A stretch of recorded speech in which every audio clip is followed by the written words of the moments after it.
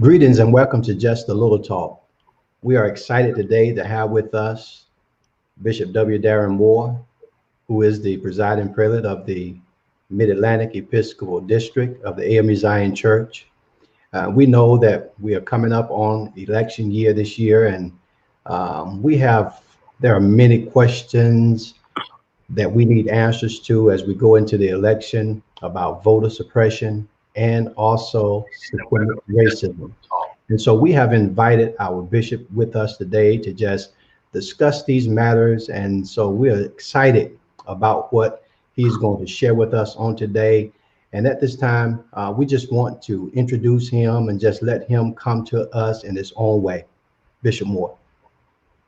Greetings to everyone, and it's good to be with you, Dr. Darwin Little. In case you didn't know, let me remind you, this is the day that the Lord has made, and we are rejoicing and glad in it. And I do want to thank you for the invitation to come and have just a little talk. Thank you so much, Bishop. We are excited about what we are going to share on today. And so let's just get right into what we are going to deal with today. Some may not understand what voter suppression is.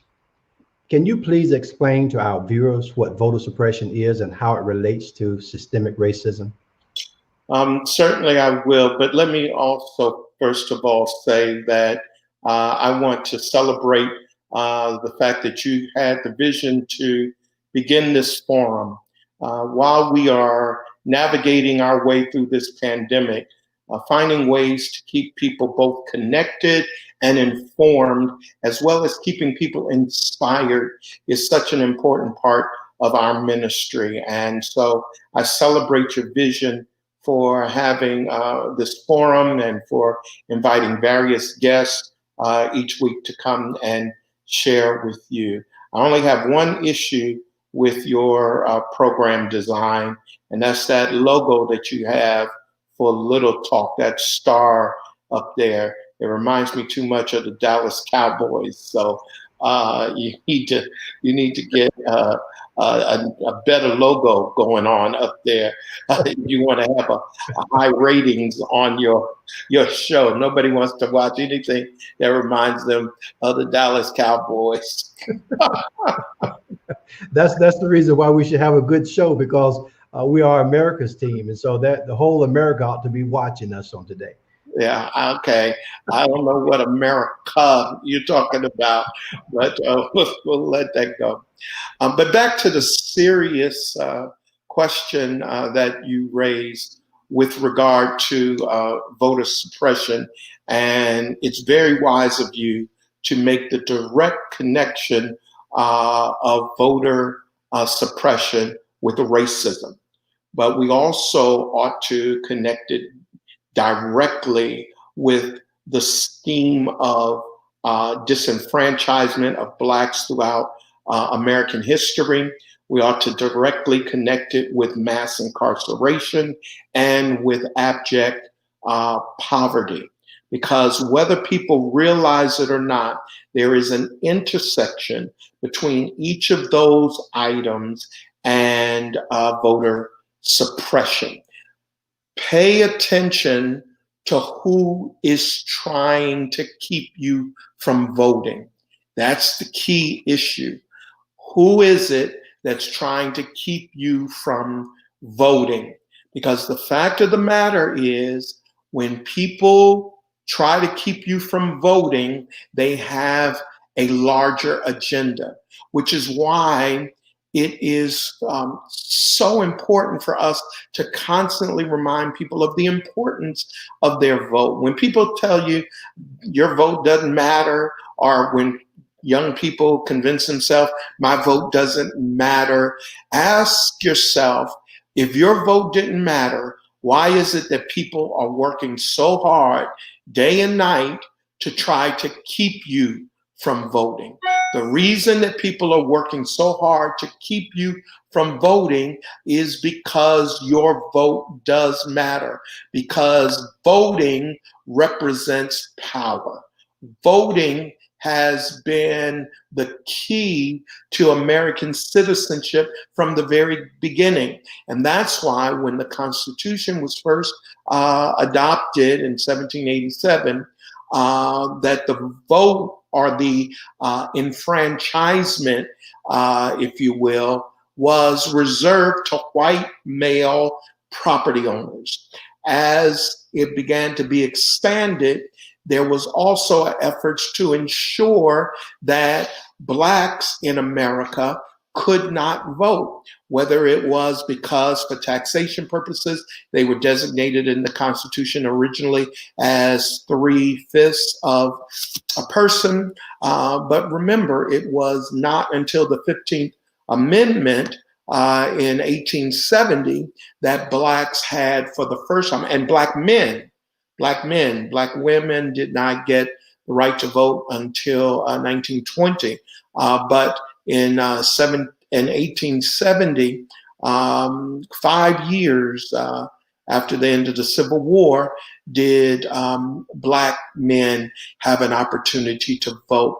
And so let me say a bit about this because it is so systemic and so pernicious and evil, because denying people their equal rights to vote is at the heart of many of the issues that we're facing in this country.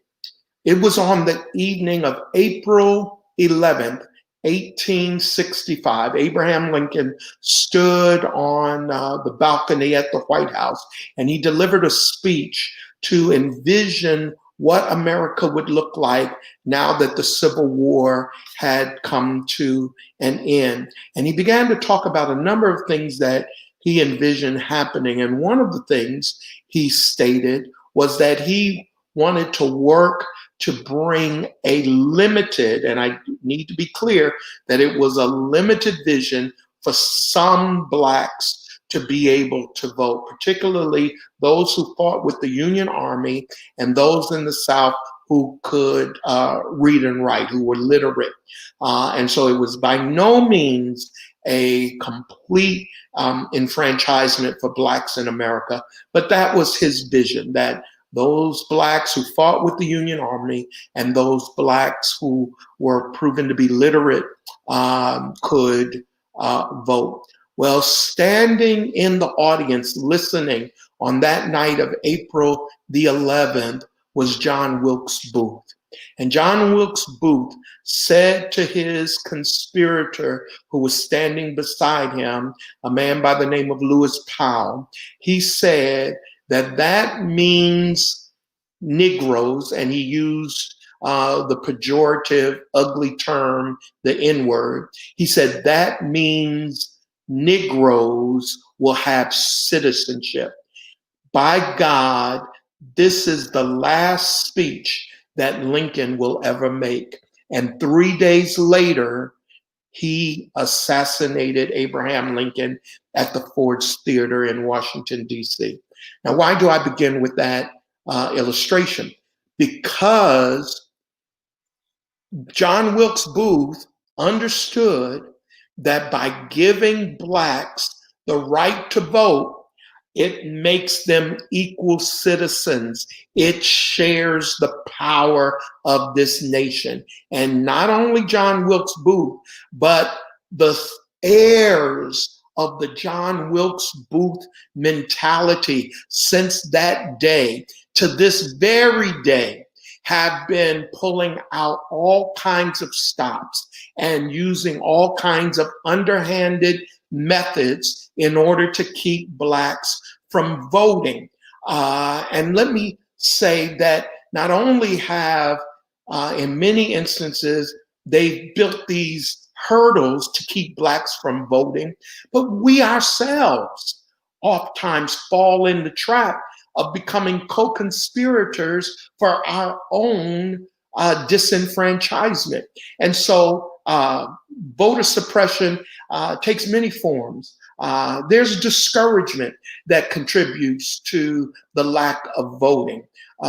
Discouragement because, and you hear it now, Dr. Little. You hear it as some people are saying, it really doesn't matter who we vote, or I don't like the candidates, or Joe Biden supported the crime bill back in the early 90s, or Kamala Harris was a prosecutor in San Francisco and the attorney general in California. And as a result, I really feel like our issues are not being raised. We can talk ourselves out of our own power. And I've said to people, there is no such thing as the perfect candidate, but there is a righteous choice. I repeat, there's no such thing as a perfect candidate, but there is a righteous choice. And it is not a choice between two evils. It is a choice between a current evil system and a representation of evil manifest, and an imperfect candidate for president and an imperfect candidate for vice president, but who offer us the best opportunity to move our agenda forward. So rather than becoming discouraged, we need to be smart. Rather than staying home and not voting, or voting, some are saying vote down ballot, which is a strategy that I just don't believe works. But rather than doing that, let's vote and then advocate. Let's vote and vote in numbers that we've never voted before, unprecedented numbers. Let's vote, and then the day after the election, we begin a long-term strategy for advocating for our rights. In fact, Dr. Little, I'm a part of a team of high-level clergy leaders across the country, and we have been meeting regularly over the last month or two to discuss ways both in mobilizing to get out to the polls, but then once we have the election behind us, if Joe Biden is successful, how do we continue to advocate for our issues and push him in order to achieve the things that we as Blacks need? So I'm an enthusiastic supporter of the Biden Harris ticket. I was a part of a call yesterday of about 20 leading clergy, Black and white, where Senator Harris joined us on Zoom. And she said this was her first called meeting, her first convening of a meeting of leaders of any type. And it was this group of high-level clergy that she met with, and she outlined her vision. And I support her vision and will be continuing to advocate that we go even further than what the Biden-Harris platform calls for. And so I wanted to get us to not be discouraged. But not only is discouragement a tool of voter suppression, it's self-inflicted, but it's a tool of voter suppression, but so is disinformation.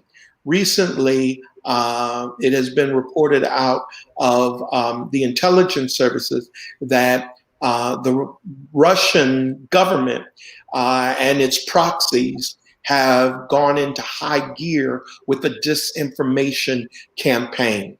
And interestingly enough, the person that they are spending the most energy on sharing inaccurate information is on Senator Kamala Harris. That's no accident, because they recognize that if Blacks, if young people, if women, if Asians, if Latinx are energized, then the margin for Biden's election shrinks, and there is an opportunity that Trump can slip through with an election by the Electoral College as he did in 2016. Mm-hmm. Everybody's clear on the fact that it is highly unlikely that Donald Trump will win the popular vote. The majority of people in this country who will vote this fall do not support Donald Trump. There will be millions and millions of people who will vote for Joe Biden and Kamala Harris above Trump and Mike Pence. The only way that Donald Trump can be reelected is if he squeaks out a narrow electoral college victory, as he did by winning with a total of less than 78,000 votes in Pennsylvania, Wisconsin, and Michigan. And just so that we can kind of unpack that a little further, let me just give you some statistics that ought to shake us to the core. Listen, let me be very clear. Donald Trump was not elected because Black people stayed home. I am not going to allow America to put the burden on us as the reason Donald Trump is in the White House. Donald Trump is in the White House because 72% of white evangelicals supported a racist, misogynistic, corrupt individual. That's why Donald Trump is in the White House. And to this day, approximately 70% of white evangelicals continue to support Donald Trump. That's why he's in the White House. But these statistics of the number of Blacks who did not vote or who are not registered should be a wake-up call to all of us. Remember now, 78,000 votes totally in Michigan, Pennsylvania, and Wisconsin was the difference. If Hillary Clinton had just got 78,001 more votes, she would be the president today. But in Michigan, there are approximately, the vote margin for Trump in 2016, Trump won by 10,704 votes. Get this though, there were 240,000 Blacks who were not registered in Michigan.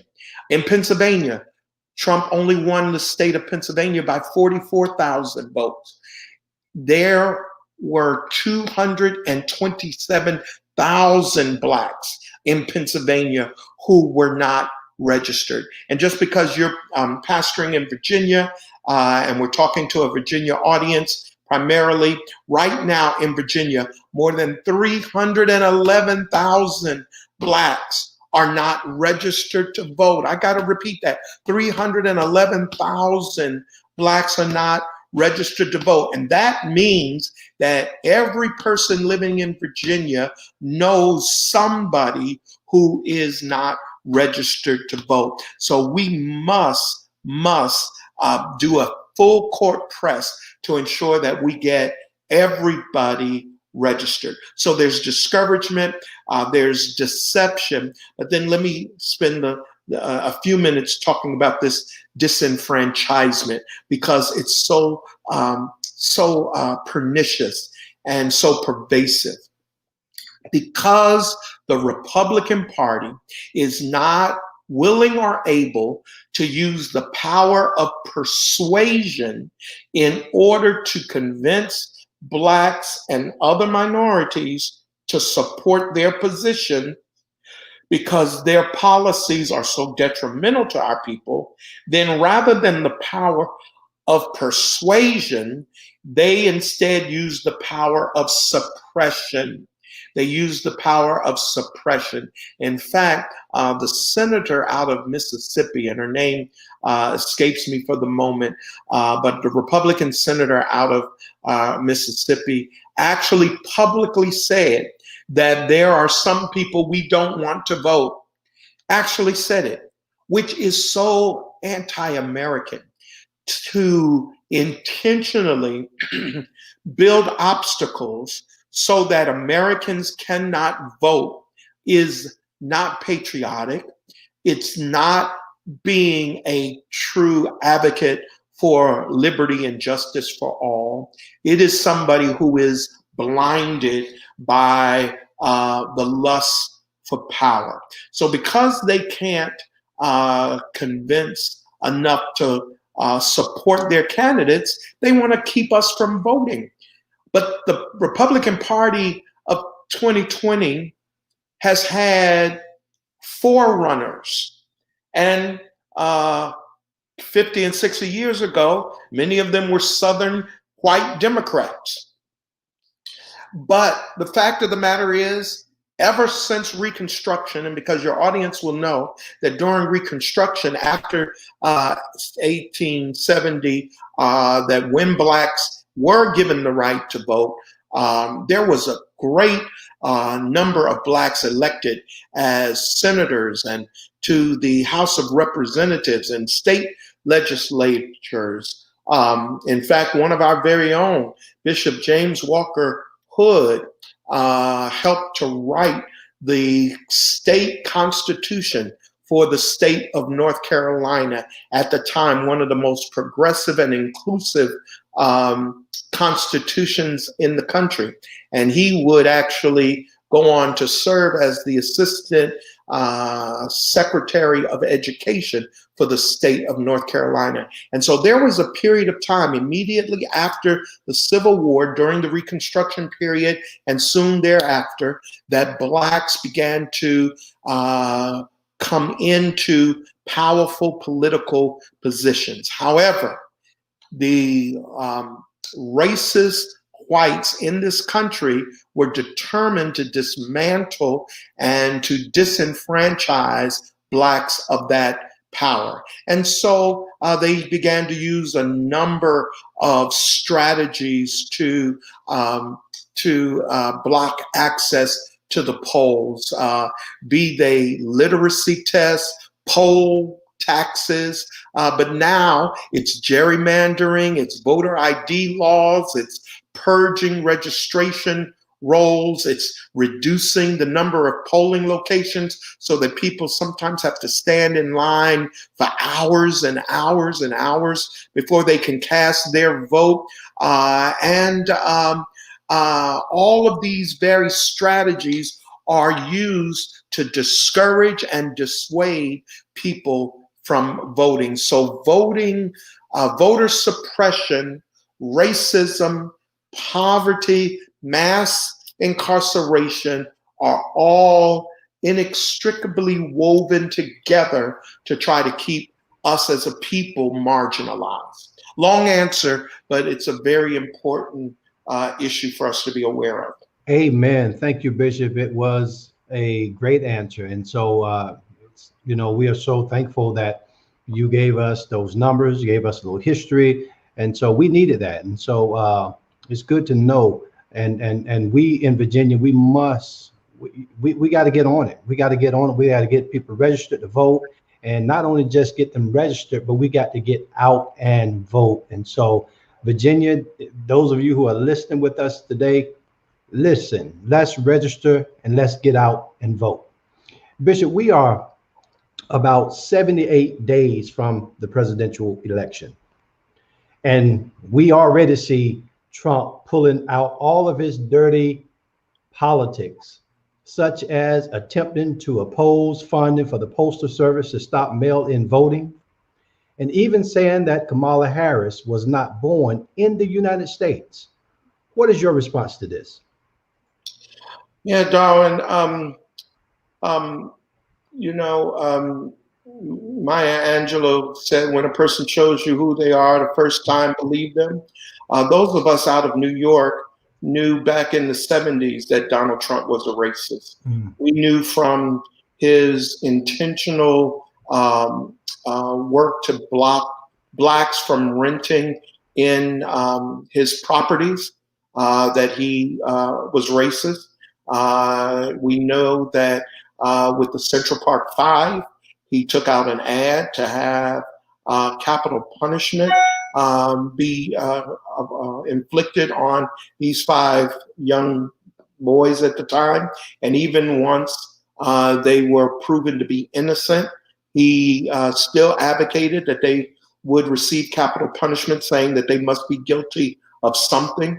So Donald Trump has proved his racist bona fides for many years. His entire presidential campaign was based on birtherism, a racist slander against the first Black president of the United States of America. So is it any wonder that the first Black woman to become a nominee for vice president would receive the exact same type of racist slur from this incurable racist? So it's not a surprising one, although it still should shock our sensibilities. We should not become numbed by the atrocious behavior of Donald Trump that we now feel that this is a new norm. We must call not only Trump out, but we must call out Trumpism. Not only call out Donald Trump, but we must call out Mitch McConnell. We must call out Mike Pence. We must call out all of the Republican elected officials from the top to the bottom who will not denounce Donald Trump's racism, who will not challenge Donald Trump on his corruption. We've got to constantly call them out. And we've got to call out our own fellow pseudo-Christians who I argue these right-wing white evangelicals, they're more white than they are Christian. But we've got to call them out. We've got to call out Robert Jeffries. We've got to call out Franklin Graham. We've got to call out Jerry Falwell Jr. We've got to say to our young people, don't go to Liberty University.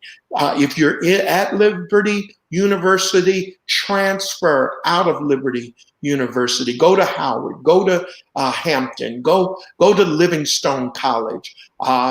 All of these schools are now beginning to offer online components, but choose a school where your dollars are not supporting white supremacy and where your children are not being fed a curriculum and an environment that promotes white supremacy.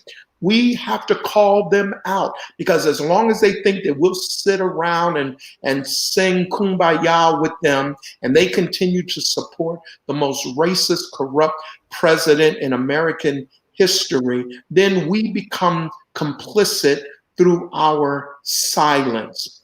With regard to the post office, this is a stunning attack on an important American institution. The post office for many is the lifeline, and that's not hyperbole. Dr. Little, you know that you will have members of your church, some seniors, who depend on the mail to receive their prescription medication, to receive checks that they get, to receive cards and letters from family persons. We have veterans that use the mail service. So for him and his cronies to begin to slow down mail delivery, all in an effort to discourage people from voting by mail and to try to undermine the credibility of the election, is immoral and un-American. And it is my hope, and I sent an email to one of our congresspersons earlier this morning, to say to them that I would hope that they would call Congress back into session and call for a thorough investigation of what's happening in the United States Post Office. It's absolutely critical. And we cannot be apathetic about this. We've got to call our senators. We've got to call our congresspersons and inform them, demand to them that they will address this issue. Amen. Amen. Thank you, Bishop. And I was looking at Franklin Graham the other night, and he was saying that the Joe Biden and Harris ticket is the worst ever. And so, as you stated, we've got to call these people out because they mean us no good. And so we've got to call them out And it's a shame that they are doing this. It's a shame that Trump is trying to stop the postal service, and he's trying to play every. He's hitting below the belt. He's trying to do everything he possibly can to win the election. Right. And now we hear during every election year, we hear that this is the most important election ever. We hear that all the time. Why is this 2020 election the most important one in history? Yeah, yeah, we do hear that every time. I know every time that I have voted, starting when I was 18, I heard that this is the most important election in our lifetime. And in reality, it is. It is. And one of the reasons why it's the most important one in our lifetime is because this is the moment in our lifetime when we have an opportunity to vote. While there may have been important elections before now, and while there may be other important elections to come, in my lifetime, as I'm at this moment in 2020, the election that is coming up next is the most important in my lifetime. Now, I need to speak to young people who may be listening, or to parents and grandparents who have young people who are discouraged from voting. Let me first of all say to young people that your voice is found through your vote. Your tweeting doesn't make a difference. Your Facebook post, your Instagram post, your TikTok posts, they may be fun and might get a whole lot of likes and hearts and all of that. And that's great. Do all of that. But the thing that makes a difference, that has an opportunity for you to have your voice heard, is your vote. And from the depths of my heart, I am beseeching you. I am urging you. In fact, I'm from the Motown generation. So like the Temptations, I ain't too proud to beg. Please, please don't waste your voice by refusing to vote. Get out there and vote. Again, there's no perfect choice. But one of the things you learn as you get older is that there aren't perfect choices. There are bad choices. There are horrible choices, but there are no perfect choices. I assure you that your vote for Biden and Harris is the right choice and an important choice, because as Dr. Little was asking, why is this the most important in our lifetime? I thought the 2016 election at that time was the most important in our lifetime, because again, being a New Yorker, I knew Donald Trump and his track record.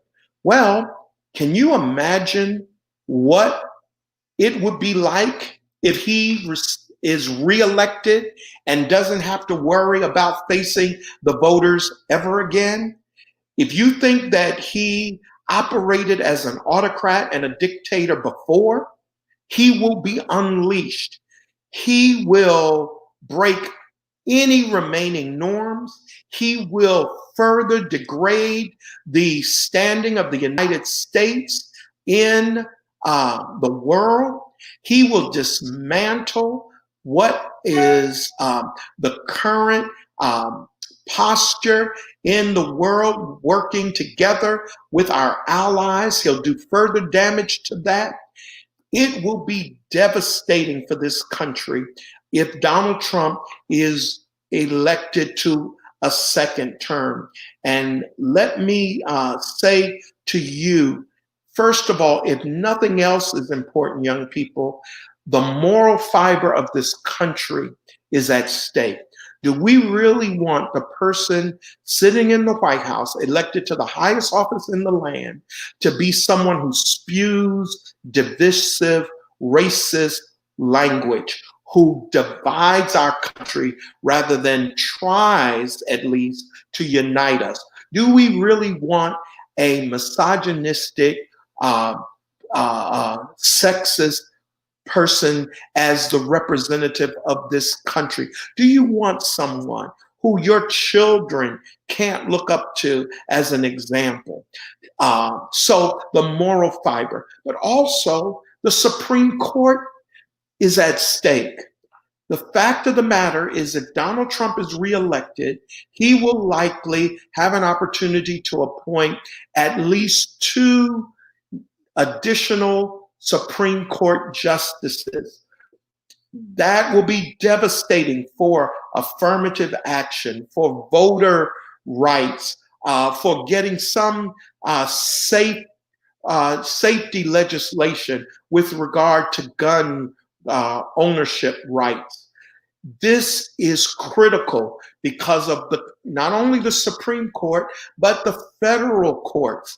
Donald Trump has appointed more than 200 federal judges in the 3.5 years he's been president. Guess how many have been Black? 0. And many of the ones he has appointed, has nominated, have been unqualified right-wing ideologues who won't even attest to the fact that Brown versus Board of Education, doing away with school segregation, is the established law of the land and was rightfully decided. He cannot be elected to another term because the damage is incalculable. The Department of Education, the Secretary of Education, is nominated by the president. And this is why, young people, please hear me now. Please hear me. As Bishop Thompson used to say, come close, hear my heart. This is why it's so important. Don't get caught up in personalities. Don't get caught up and say, well, I don't like Joe Biden. He's too old, or I don't like how he speaks, or I don't like what he did back in the early 1990s. Don't get caught up in personalities. I don't like Kamala Harris, and I don't like that she was a prosecutor.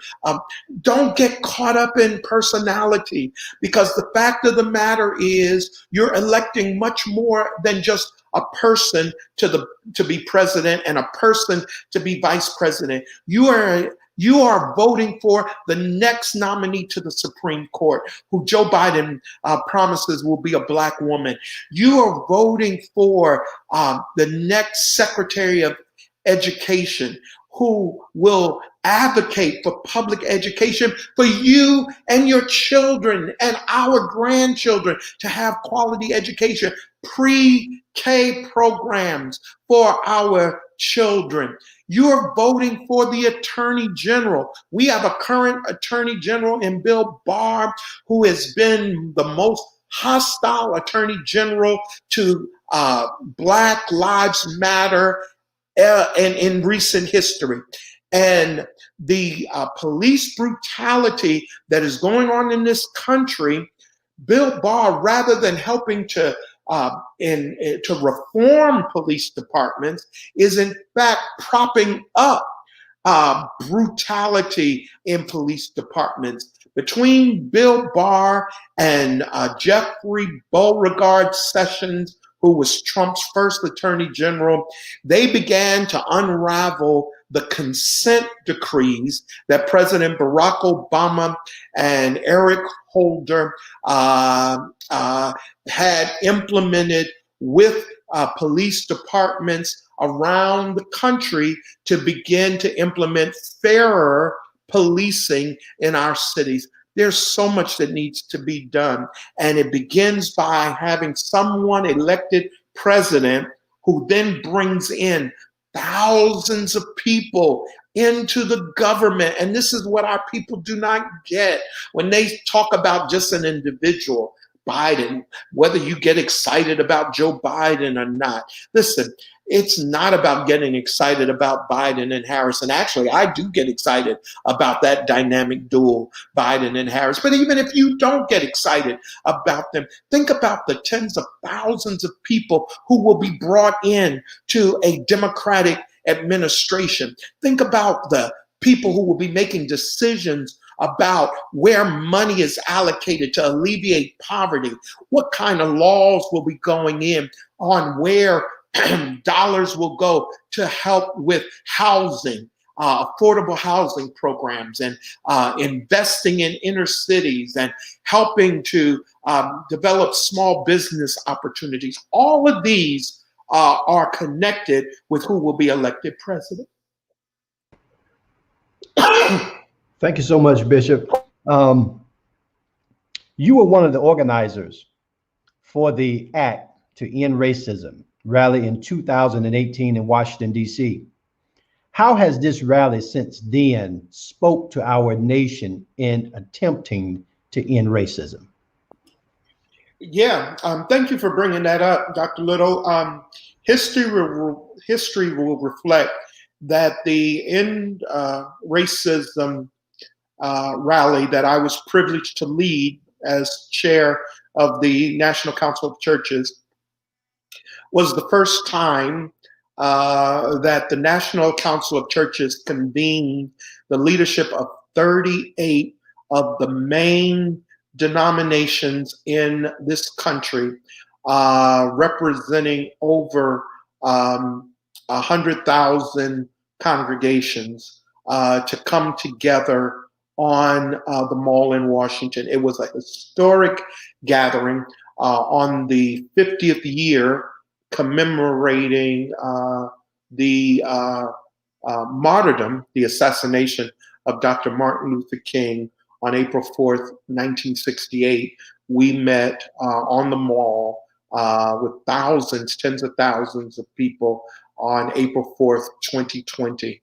And even while there was thundering and lightning and storms raging, we were able to declare that we would work together to end racism. Here's what was so important about that, because coming out of that meeting, there was a lot of groundwork laid by many of our churches before that rally. But coming out of that meeting, we had churches across this country and the leaders of churches across this country begin to go back and to examine their own denomination's history with addressing and supporting white supremacy, sometimes being and oftentimes being silent and complicit with white supremacy.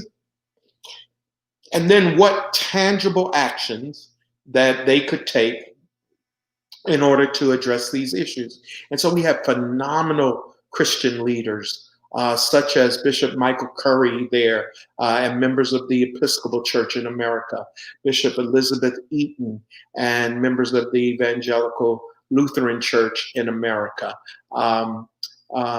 We had the leadership of the Presbyterian Church, my good friend, and we had all of the Black Methodists, the AME Zion, and CME churches represented there. It was a powerful, powerful gathering. But what was more important is the aftermath.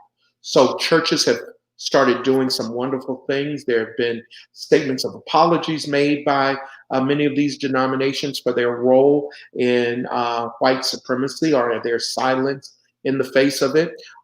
There have been intentional acts to reach out to congregations of Black congregations and to try to create some opportunities for dialogue. Many of the leaders of the white denominations have started sharing with us at the Conference of National Black Churches and talking about ways in which we can work together. So the rally helped to put this on the forefront for the churches collectively. And then we're working through ways in which churches can continue to have these conversations. And it really is very important. And there are some signs of hope, but we know that there is so much more that still needs to be done. Amen. It was one of the most powerful rallies I've ever attended. And do you expect us to see another one of these rallies in the future? I don't expect us to see a national rally as such. What I expect to see in the coming months and years are more localized gatherings, because the mass rallies, at least for the National Council of Churches, serve to both educate and to energize, to get people excited. But the real work can't happen at the high level of denominational leaders and with rallies in Washington. The real work has to be done in local communities so that a metropolitan in Norfolk is meeting with a predominantly white Episcopal church or a white Lutheran church, and the members from Metropolitan and say Greater St. Thomas are meeting in the church fellowship hall over some coffee and cookies, and they're talking amongst themselves, that it's happening in Petersburg and happening in Richmond and happening in my East Tennessee and Virginia conferences in Roanoke and Bristol, where whites and blacks are sitting together in small groups and talking openly and honestly about racism and how it's manifests. Because Darwin, there are so many that really need to have hard conversations about what racism really is, because people will deny that they're racist, but then go right out and engage in racist behavior and support racist policies. My.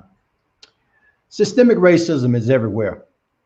What should we as people be aware of when we are dealing with systemic racism? You know how to ask good questions for an old man. Listen, you may need, if Montel Williams was still having his show, you'd give Montel a run for the money. You think you'd be willing to shave your head? Yes, I'll be willing to shave it. Beard too. Okay. Well, and it's a good follow-up question to what I was just talking about. So let's just say that Metropolitan invited some white Christians from other areas in Norfolk to come and sit in the fellowship hall and talk about racism. So you have some Lutherans, some Episcopalians, some Presbyterians that would come and sit in the fellowship hall and have that kind of conversation. Part of your problem, Pastor Little, is that the word racism means so much to so many different things to different people. If you had 10 people in that room, you could have 10 different understandings about what you're talking about with racism. So someone will say, I'm not a racist. And in their minds, they're not a racist because they would never burn a cross on your front lawn. They would never become a part of the Ku Klux Klan. They would never use the N-word. So they say, I'm not a racist. But we need to start being clear on what we mean when we talk about racism. So actually, I think one of the better ways to talk about it is to talk about individual racism, which is usually considered prejudice. And that's why you'll have some people say, well, black folk can be racist too. Well, no, we cannot be racist in the sense of institution systemic racism, excuse me, because in order to institute systemic racism, you've got to have the power of the systems in order to do that. And black people do not have the power of the systems. But there is such a thing as prejudice, right? And so many people, when they talk about racism, they're talking about individual prejudice, individual biases. Well, the truth of the matter is, if you don't like me, if I have a white neighbor that doesn't like me, as long as they're not bothering me, so what? The problem becomes when that white neighbor becomes a part of the local government and then begins to adopt policies that act out the personal prejudice against people who are black. The problem becomes when that neighbor is a judge who then acts out the biases against blacks who are being brought before his or her courtroom. The problem is when that neighbor is a police officer, and along with other police officers, they brutalize black bodies, black and brown bodies. The problem is when that neighbor is the head of a law firm, or is the head of a corporation, or is the manager of the Waffle House, and they engage in behavior and policies that refuse to hire black and brown people, or at least if they do hire them, they don't give them the same opportunities as they give others. The problem is when that neighbor who doesn't like me becomes the teacher of my grandchildren, and because their brown skin or black skin treats them differently in the classroom. Because I have argued the killing of Ahmaud Arbery, the killing of George Floyd, the killing of Breonna Taylor, the killing of Tamir Rice did not start on the streets of Ferguson and Sanford and Minneapolis, and in the home of Breonna Taylor in Louisville. It started in the first and second grade when discrimination of young children, when Tommy, who is blonde hair and blue eyed in the first and second grade, acts out, then Tommy is considered high energy. But when Jamal, who has hair like mine, a wide nose and thick lips and dark skin, or may actually be wearing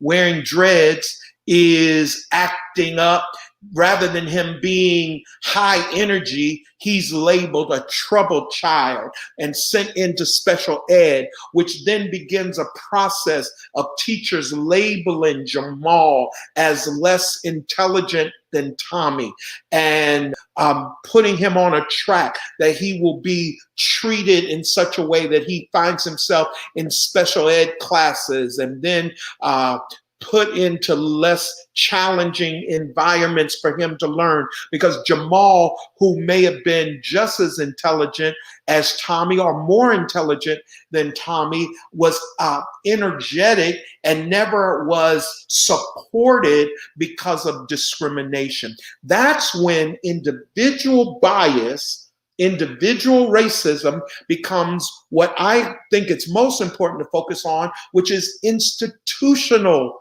racism. So there's individual racism, and then there's institutional racism, which we are referring in here in this as systemic racism. And I know we don't have much time, but as you can tell, you have just hit on such an important topic to me. Because one day I put on Facebook that if there's such a thing as systemic sin, there is such a thing as systemic racism. If we believe that sin can be pervasive, then racism can be pervasive. And some white Christian, it was on Twitter, tweeted back to me and said, there's no such thing as systemic racism. People make their individual choices, but it's not in the system. And I became angry, outraged by that. James Baldwin said to be a black man in America and to be conscious is to be in a constant state of rage. And I find myself just outraged by the denial that so many white purported to be Christians engage in trying to defend white supremacy and white privilege and denying the reality of racism in this country. But the fact of the matter is there is a wealth gap. The average white household will have accumulated wealth in the neighborhood of $177,000 per household. The average black family has about $17,000. That's 10 times the wealth in a white household as it is in a black household. That has devastating consequences for us as a people. There's a wealth gap, but there's also an education gap. Black boys and girls are more likely to be held back, to be sent to the principal's office, to become dropouts. There's not only an education gap and a wealth gap, but there's a health gap. This COVID-19 is devastating to the Black community, devastating. We're experiencing in our community deaths 2.5 times more than white families are. It is because of racism. It's not that there is anything biologically predeterminative that why we are having the conditions that we are, but it is because of systemic racism. So there's a wealth gap, there's a education gap, there's a health gap, there's a justice system gap, because although Blacks make up 20% of the population in Minneapolis, where George Floyd was killed, 60% of the victims of police brutality are Black. That's a gap. And so when you start talking about all of these gaps, excuse me, you can tell I still am getting all of these gaps, that's systemic racism. And so I love what Ibram Kendi has said in his book, and everybody ought to read it, How to Be an Anti-Racist, How to Be an Anti-Racist. I love what he says. He says, rather than getting into this back and forth about you're a racist, no, I'm not a racist, he says, the question to ask is, are you an anti-racist? In other words, let's get beyond the labeling of persons as you're a racist or I'm not a racist. Ask yourself, do you support anti-racist policies? Policies that adversely impact Black people?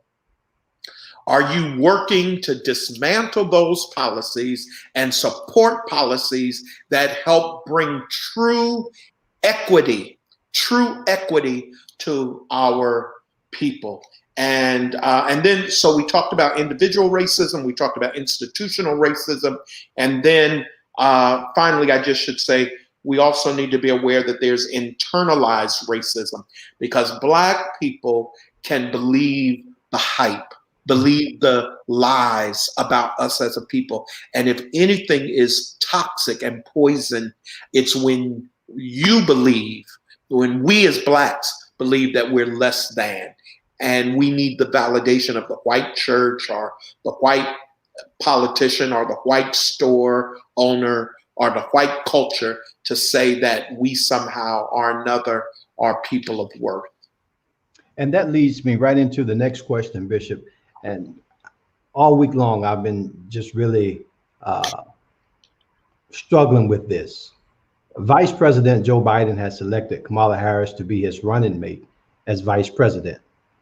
But we have heard and seen so many derogatory comments about his selection, mostly from the African-American community. Why is this?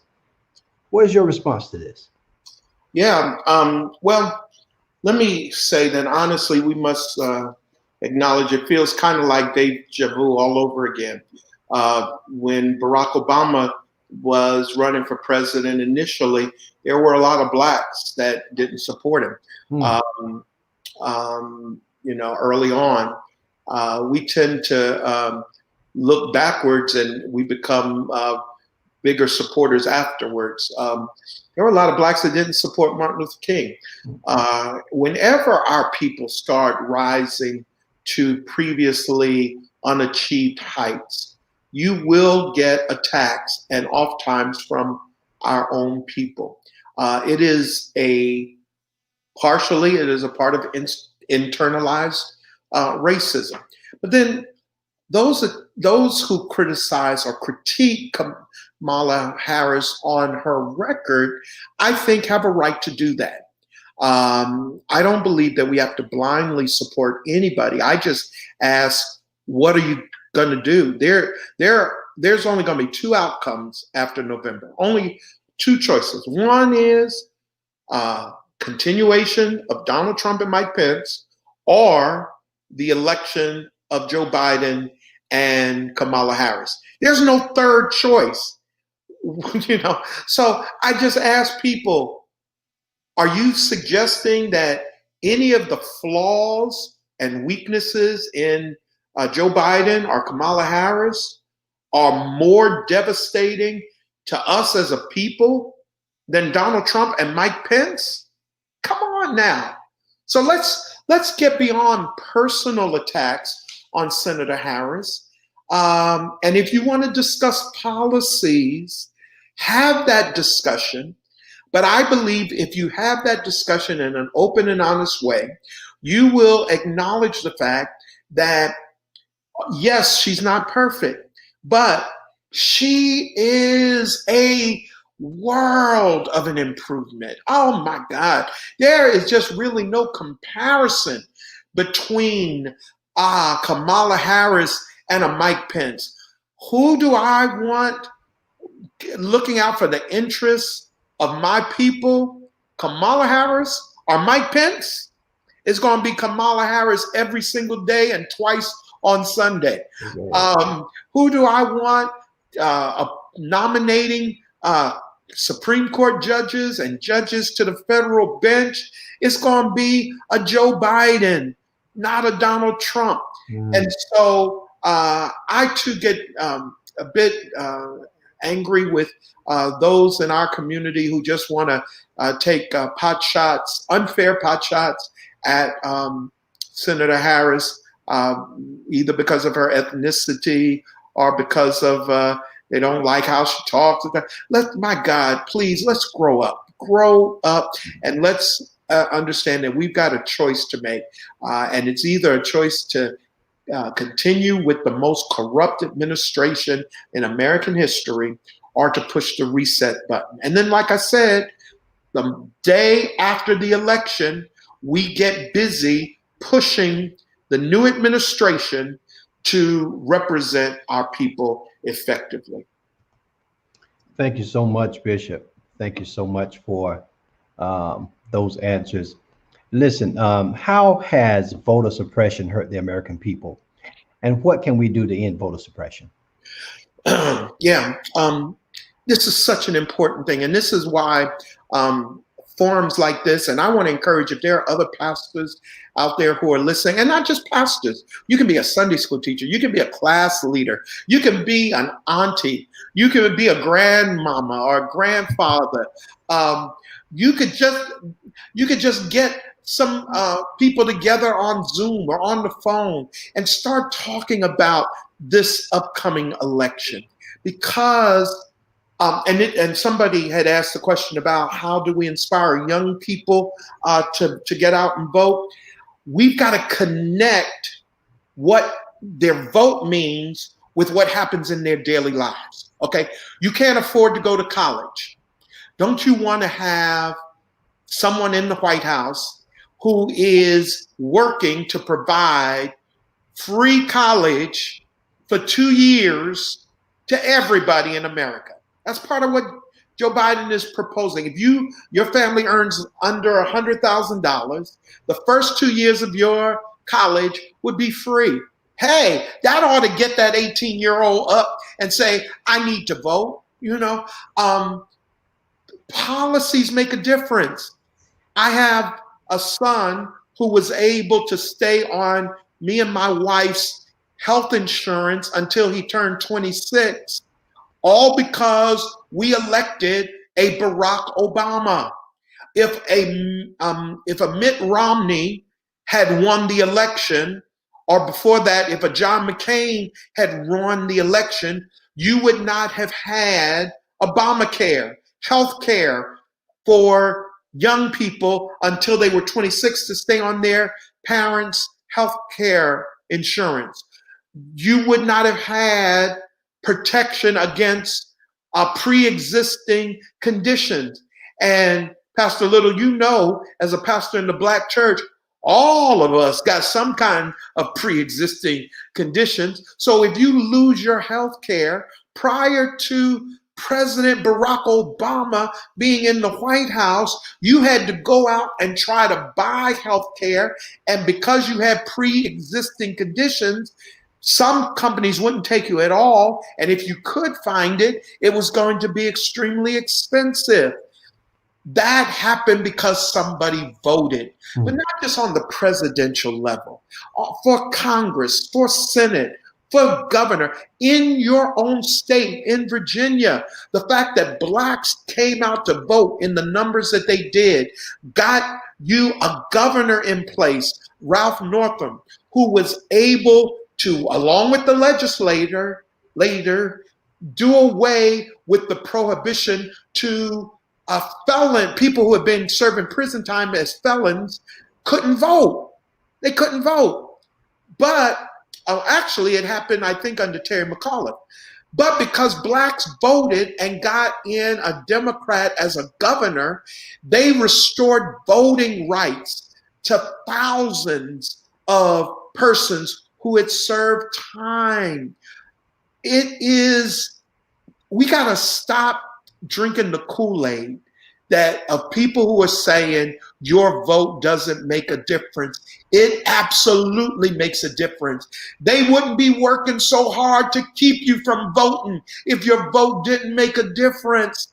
Why is it that they vote? They keep voting, and then they tell you, oh, well, it doesn't matter. They close voting stations close to colleges.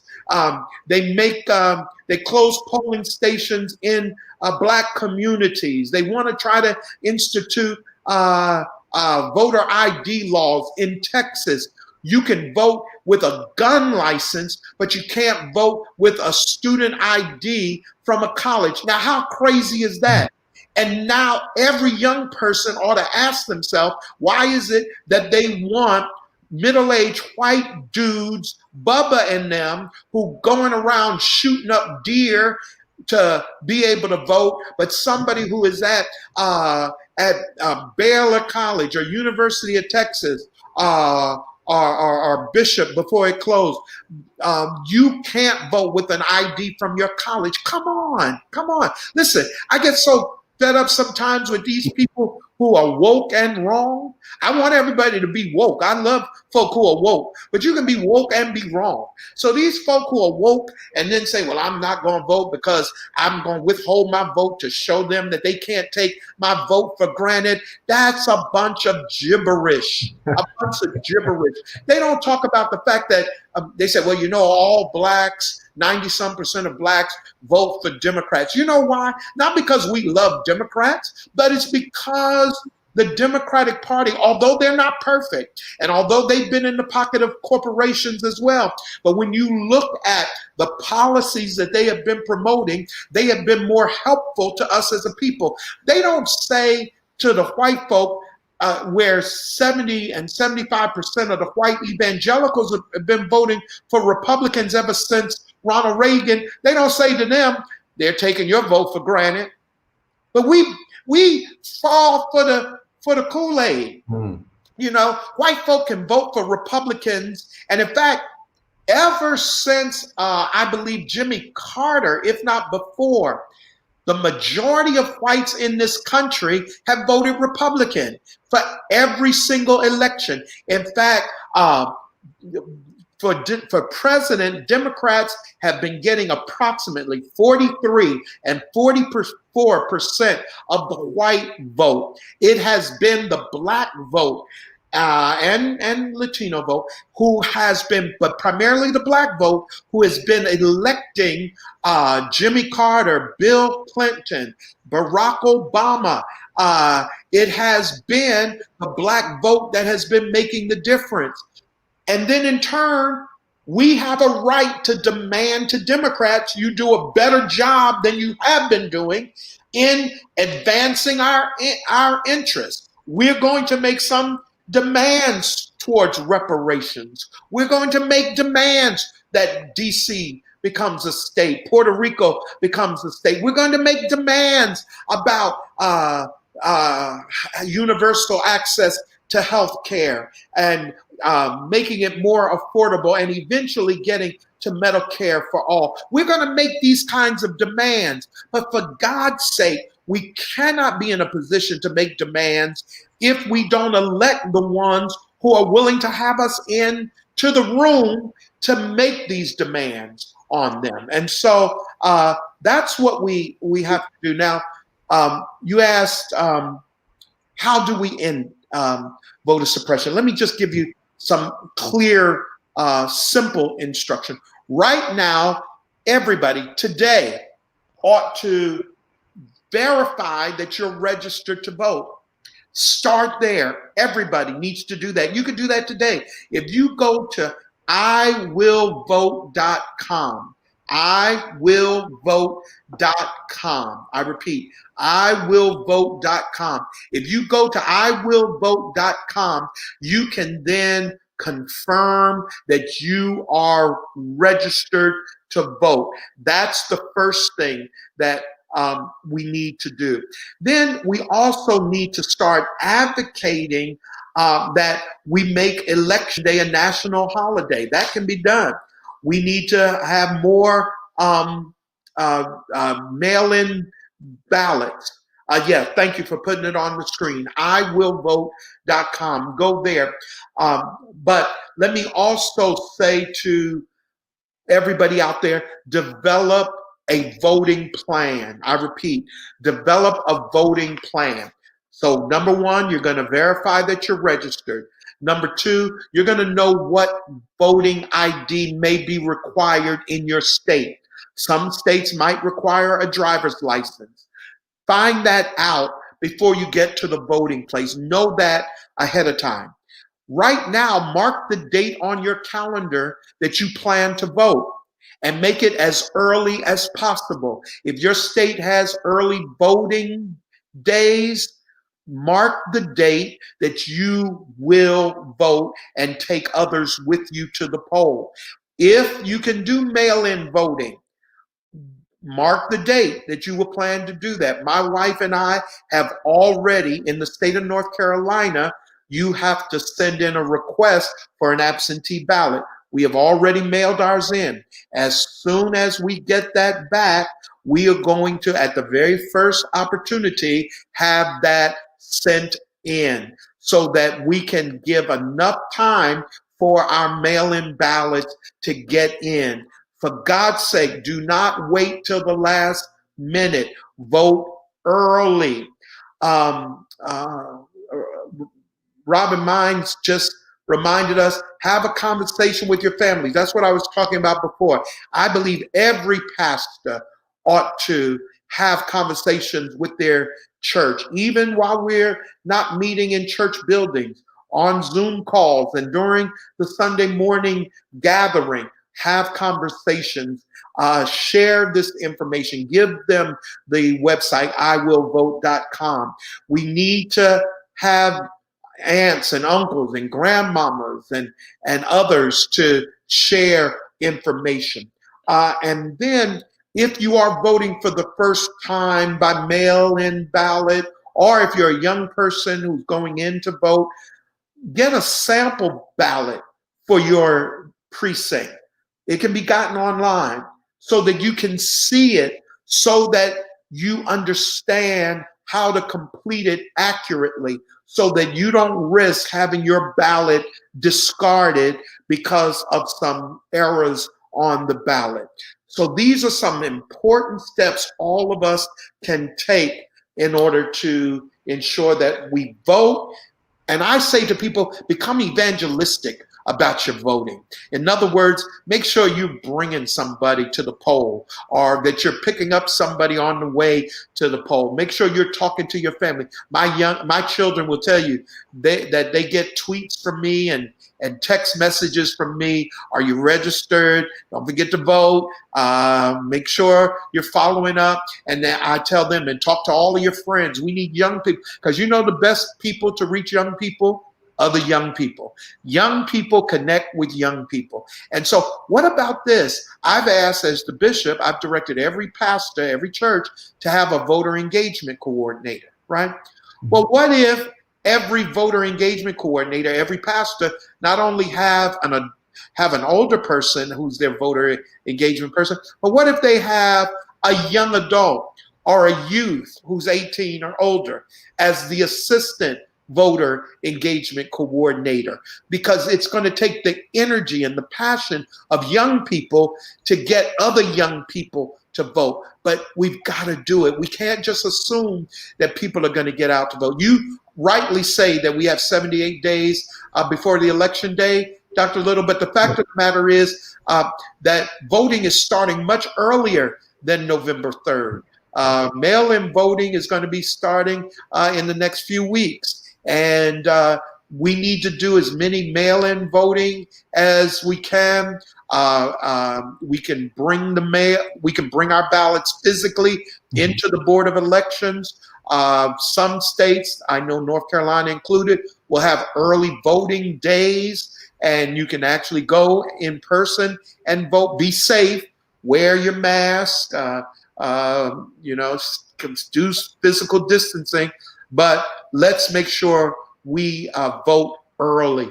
As much as possible, let's try to have our votes in prior to November 3rd. Have it done as early as possible. And if you're mailing it, because of this evil tactic that Dr. Donald Trump is engaged in, make sure it's in no later than 2 weeks.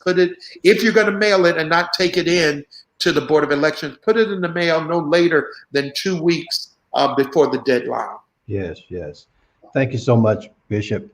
Now I have one final question that I must ask you before we close, or a comment. Donald Trump has said that he has never heard anyone lie more than Kamala Harris. Can or would you like to respond to that? I had to hit you with that one, Bishop. I know. And see, you're testing the depth of my Christian virtues, because I really do try my best to not let Donald Trump, or that, for that matter, anybody else who's an ugly acting person and an ugly talking person, to pull me down into their level. My grandmother used to tell me that if you wrestle in the mud with a pig, you both will get dirty. The difference is the pig will enjoy every minute of it. Yeah. And I've learned never to let people bring you down to their level. And Donald Trump is a corrupt, pathological liar, a narcissist, and has demonstrated that he is both racist and engages in racist tropes. And so for him to call anybody a liar it really is absurd, because no one has engaged in more deliberate acts of lying than Donald Trump. But let me say, like I said earlier, it's more than Donald Trump. That's why my greatest outrage at this point in time is not against Donald Trump. It's to the supporters of Donald Trump. It's to the enablers of Donald Trump. Donald Trump would not have been able to get away with any of the things that he has done if there were Republicans in the Senate, in the House of Representatives, if there were Republican governors, if there were Republican leaders who would stand up and say enough is enough. And so, Darwin, Pastor Little, it's so much bigger than Donald Trump. It's the complicity of the entire Republican Party. And that's why there's got to be a huge turnout for this election in order to send an overwhelming message that this is not what we want our country to be about. Trumpism is a virus. Voting is the vaccine. And so I pray that we will get the vaccination right by voting and begin the end to Trumpism, because it's deadly. I was trying to remember the phrase that I put on Facebook the other day, where it said something about beginning in November, this virus will come to an end. COVID-19 will take a little longer. Mhm. So we can begin to end the virus of Trumpism. And we do that by voting, marching, sure, tweeting, okay, Facebooking. I do all of that in order to get the message out. But when all is said and done, we have to pray and pray without without ceasing. We have to pray and we have to watch, stay aware of the issues, and we have to vote. And if we do that, I do believe that God is going to bring us out of this pandemic of Trumpism. Amen. Amen. Thank you so much, Bishop. You have blessed us on today, and like I knew you would. And I'm so glad that I chose this topic and something that shows that you're very interested in, because you really gave us what we needed today. And so I just pray and hope that we all will take it and use it and make sure that we register and make sure that we go out and vote. And we want to thank all of you who was watching with us on today. And we want to thank our bishop once again, Bishop W. Darren Moore. Come on, let's give him a big hand on tonight. Amen. Thank you, Bishop, for just being with us. We love you. Please continue to be safe and take care of yourself. Let the missionary supervisor know that we love you all. And we are just praying for you. Once again, just a little talk will make everything all right. Bishop, we love you. Have a good night. God bless. Take care.